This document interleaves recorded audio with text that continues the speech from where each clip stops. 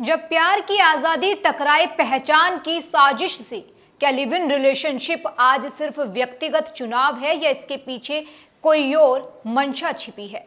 आज बात करेंगे लिव इन के नाम पर लव जिहाद के बढ़ते मामलों पर।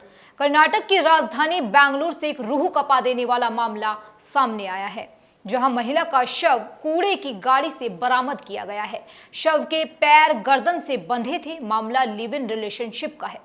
चलिए आपको बताते हैं डिटेल में। यही वे जगह है जो भारत का सबसे हाईटेक शहर माना जाता है। जानकारी के मुताबिक हत्या एक ऐसे व्यक्ति ने की थी जो 2 बच्चों की मां के साथ लिव इन रिलेशनशिप में रहता था। आरोपी का नाम शमशुद्दीन है। केस में भी महिला हिंदू और आरोपी मुस्लिम है। महिला की उम्र लगभग 32 वर्ष और आरोपी की उम्र 40 बताई जा रही है। महिला जिसके पति की मौत हो चुकी है, जिसके सर पर है बच्चों के पालन पोषण की जिम्मेदारी, उसके लिए महिला ज्वाइन करती है अर्बन कंपनी, जहां उसकी मुलाकात होती है असम के रहने वाले शमशुद्दीन से, जो शादीशुदा है। उसकी पत्नी और 2 बच्चे हैं जो असम में ही रहते हैं, जबकि शमशुद्दीन बेंगलुरु में काम करता है। दरअसल दोनों एक ही हाउसकीपिंग मटेरियल कंपनी में काम करते थे, जहां आशा और शमशुद्दीन की पहली मुलाकात हुई थी। धीरे धीरे आशा और शमशुद्दीन में मेल मिलाप बढ़ता गया। फिर शमशुद्दीन आशा के घर में ही उसके साथ रहने लगा, जहां हुलिमावी स्थित आशा का घर था। लेकिन हवस का भूखा शमशुद्दीन कब हत्यारा बना, उसकी भनक किसी को भी नहीं हो पाई।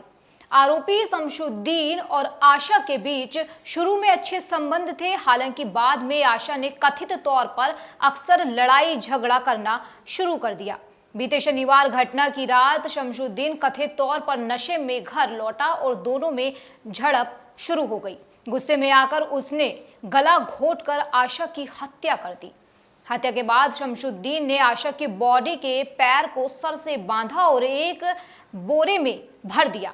इसके बाद उसने अपनी ही गाड़ी में लेकर बीबीएमपी कूड़े के ट्रक में फेंक दिया और भाग गया। इस मामले का खुलासा तब हुआ जब रोजाना की तरह सुबह सुबह कूड़े लेने आए एक शख्स ने बोरे के अंदर से लंबा बाल देखा तो उसके होश उड़ गए। आंखें फटी की फटी रह गई। उसने तुरंत पुलिस स्टेशन को सूचना दी। मौके पर पहुंची पुलिस ने कपड़े में लपेटकर फेंकी गई एक लाश बरामद की। बाद में चन्नम मनारकर अचुकट्टू पुलिस ने मामला दर्ज कर हत्यारे की तलाश शुरू कर दी। सीसीटीवी फुटेज को देखने के बाद पुलिस ने कार्रवाई करते हुए हत्यारे शमशुद्दीन को पकड़ लिया और हत्या की गुत्थी सुलझा ली।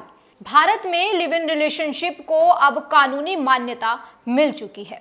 सुप्रीम कोर्ट ने कहा है कि 2 बालिग अगर सहमति से साथ रहना चाहते हैं तो वह गैर कानूनी नहीं है, लेकिन इसमें शादी जैसा कोई सामाजिक या धार्मिक बंधन नहीं होता। लिव इन रिलेशनशिप पर समाज और भारत का कानून क्या कहता है, इसको जानना भी बेहद जरूरी है। क्या शादी के बिना साथ रहना गुनाह है? क्या समाज की नजरें कानून से बड़ी हैं? इन्हीं सब सवालों का जवाब आज हम तलाश कर आपके लिए लेकर आए हैं।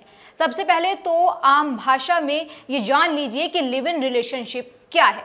लिव इन रिलेशनशिप का मतलब है 2 बालिग लोग जो शादी के बिना एक साथ रहते हैं आपसी सहमति से। ये एक निजी और वयस्कों का फैसला होता है जिसमें दोनों पार्टनर अपनी मर्जी से रहते हैं, बिना किसी कानूनी विवाह के बंधन में बंधे हुए।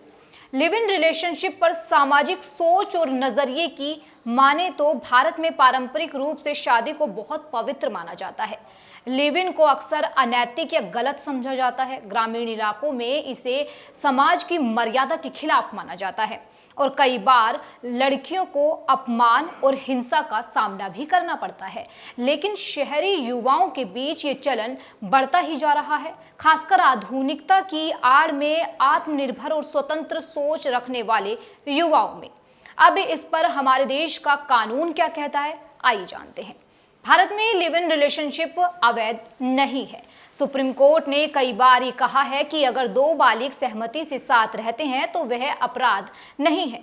कानूनी तौर पर लिव इन में रहने के लिए महत्वपूर्ण बातें जो होनी चाहिए वो ये हैं कि बालिग होना जरूरी, दोनों की उम्र 18 साल से ऊपर होनी चाहिए।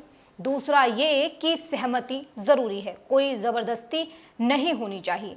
तीसरा, लंबे समय तक साथ रहना, कोर्ट ऐसे रिश्तों को शादी जैसा मान सकता है। चौथा, महिला को अधिकार मिलते हैं। अगर ब्रेकअप होता है तो महिला को भरण पोषण और घरेलू हिंसा से सुरक्षा का अधिकार है।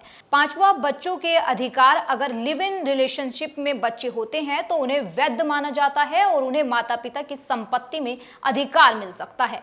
अब आपके समझ आ गया होगा कि लिव इन रिलेशनशिप क्या है और किस तरह के मामले सामने आ रहे हैं।